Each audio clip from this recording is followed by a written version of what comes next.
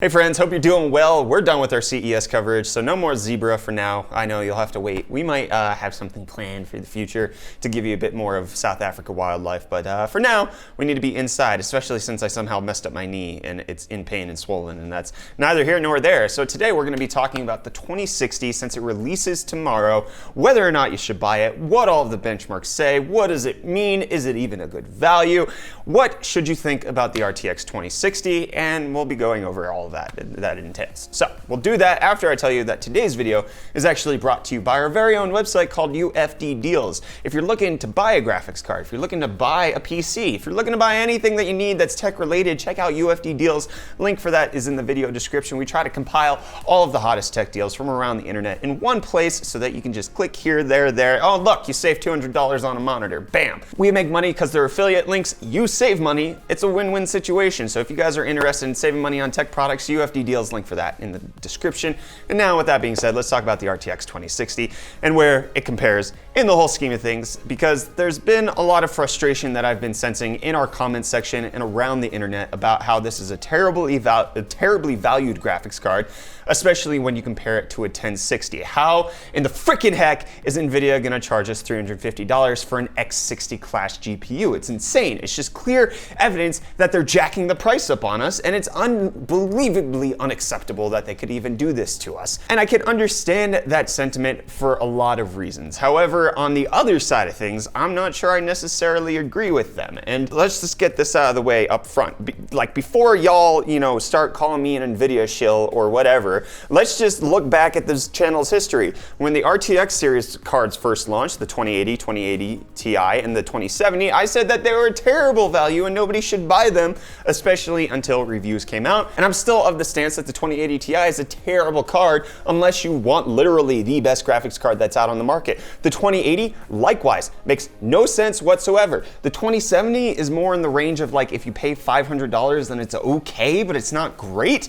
And then with the Radeon 7 that was announced by AMD, I'm also not hyped that we have to spend $700 for something that competes with the 2080, but not really beats it, especially since AMD even released more benchmarks recently that showed off a whole lot more games.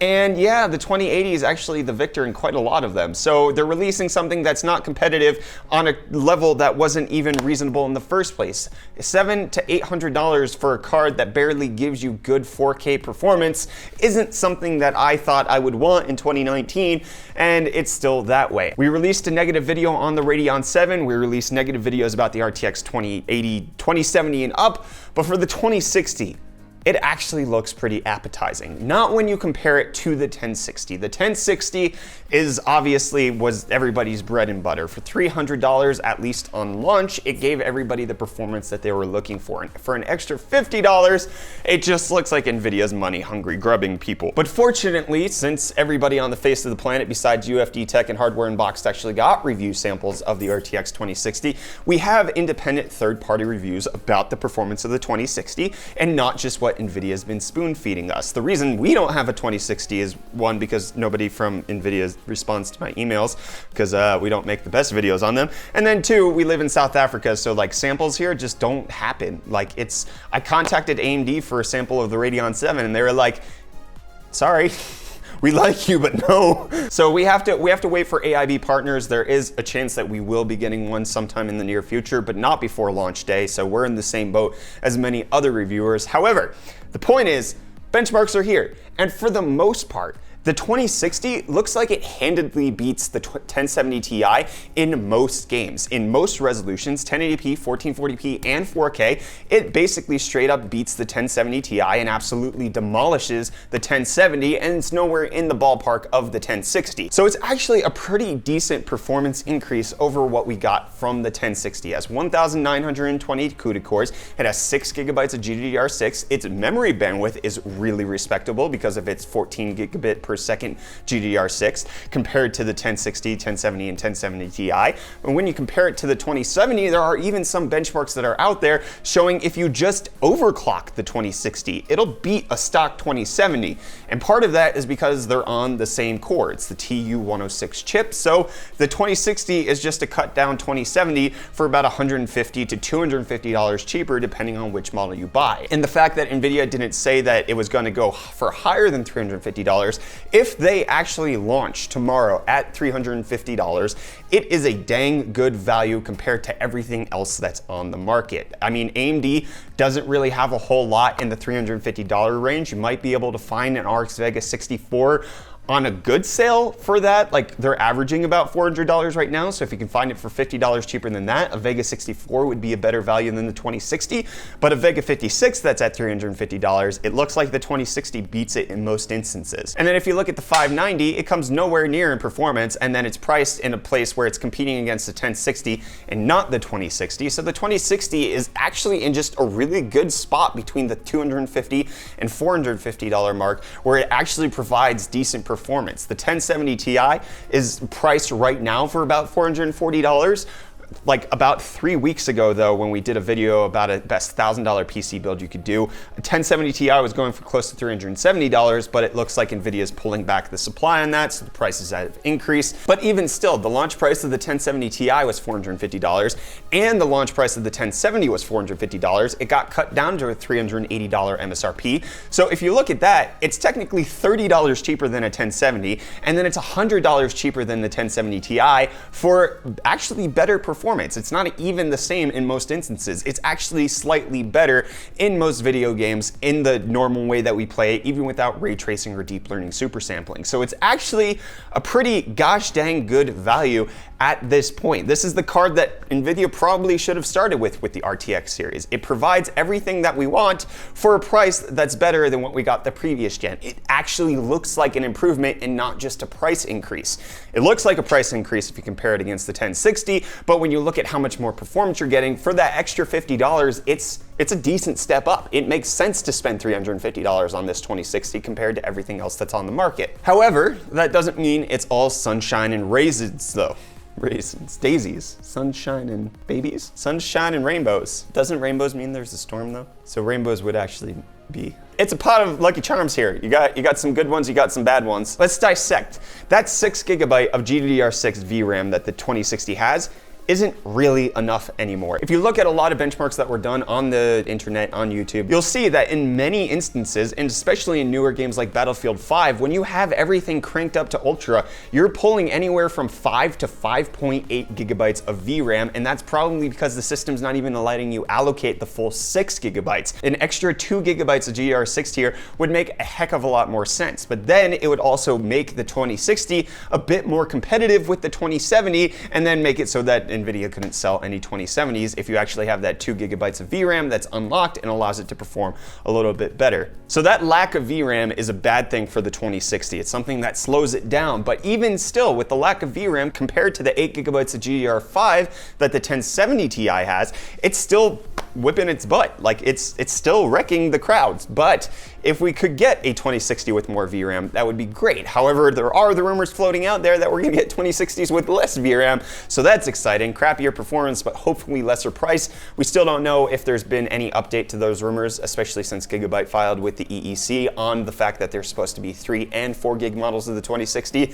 There's not much more than that. It looks like we might not get them. It also could just be that NVIDIA is going to release them at some time in the future, not at a conference, just kind of under the table. Hey, we have new graphics cards available. That's a possibility, but the 2060, 6 gigabytes of VRAM, it's less than it should be, but at the same time, it's not something that's terribly hindering its performance. But when it comes to ray tracing and deep learning super sampling, it's doing okay. Digital Foundry actually has a great video where they're going through all of the settings and how to get respectable performance out of the 2060. It looks like that if you just drop the textures on the game from ultra to high, you actually can average over 60 FPS with ray tracing on, which isn't too shabby, especially since the visual difference between ultra and high textures isn't that big. So getting a performance that's steady over 60 frames per second by just dropping one quality setting is pretty decent. And especially especially with deep learning super sampling coming out for Battlefield 5 in the near future, it would mean that with ray tracing and DLSS turned on using the tensor cores and all of that to get the frame rate going, we might actually be able to see closer to 80 frames per second at 1080p with the 2060, which is completely fine and respectable. So as it stands now, I'm actually kind of excited about the 2060. Its average gaming performance looks like it's a much better value than what's currently on the market from the 10 series. It looks like it's actually pretty good once you overclock it and gets you pretty close to a 2070, especially for $150 to $250 cheaper. And then it beats basically everything that AMD has out on the market right now, including the 590 and the Vega 56. If you get a good deal on a Vega 64, then you probably want to choose that over it. But 2060, $350. The reviews have been mostly positive. It seems like the card NVIDIA should have released all along, and it's something that I can't wait to get my hands on, to be honest. However, if you do live in places like South Africa, the value isn't actually quite there. If you look at our prices for the 2060 here, going for anywhere from 8 to 10,000 Rand, which is insane, you can buy a 2070 for that price. The cheapest 2070 is going for 8,200 Rand. You can get another 2070 for 9,000 Rand. The 2060, I mean, unless WooWare actually brings in a decently priced palette or Zotac one, it doesn't look like it's going to make much sense here in South Africa, but globally at the price of $350, or in US at the price of $350. If your country has a similar pricing scheme, then the 2060 actually looks really compelling, and I'm probably going to pick one up to put in our system because we have a 1070 Ti in one of our PCs, and just upgrading to the 2060 to get slightly better performance and then to be able to use the tensor cores for a project that we have coming up that we've been working on for the past 7 or 8 months, it's going to be pretty dandy. You thought I forgot about that, Reece, didn't you? I did. I'm still working on it. It's in my brain, okay? We've got a project that we need tensor cores for. So keep your eyes peeled for that video. But that's going to wrap it up here. What do you guys think of the 1060? Have the reviews made it something that you're looking to buy? Are you going to pick one up, or are you just going to wait until see if NVIDIA is going to release a 2060 without tensor and ray tracing cores like the 1160, or are you waiting for something that's a bit more budget friendly like a 2050? Let me know down in the comments. I'm keen to hear your thoughts because we do take everything you say into consideration and try to reevaluate everything that we're doing on the channel based on what you guys say, because this is a family-friendly environment. We're friends and fams. That's terrible. Don't forget to check the link in the video description for UFD deals if you want to save money on everything that you're trying to buy for your PC on the internet. We'll get 2060 deals up on there as soon as they come out. Anyways, hit the like button if you enjoyed the video. Please get subscribed to stay up to date on our tech-related content. If you want to support us directly, you can do so over at our Patreon, patreon.com/UFD Tech. Anyways, I'm Brett with the UFD Tech channel. Thank you so much for watching. I'll see your smiling faces again in the next video. Love you too.